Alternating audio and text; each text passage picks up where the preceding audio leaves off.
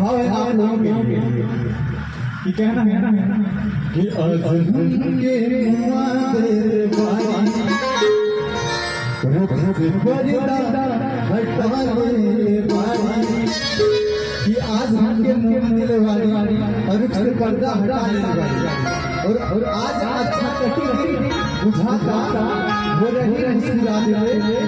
बाड़ी काहे से हूं जब बुरा आदमी के सामने पड़ गया सुबह तो भाई पूरा दिन खराब तो क्यों खास पड़ा हुआ वाह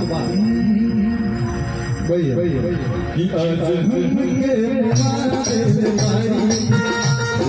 बरिदा हटाले बारी आज हमके मारे बारी बरिदा हटाले बारी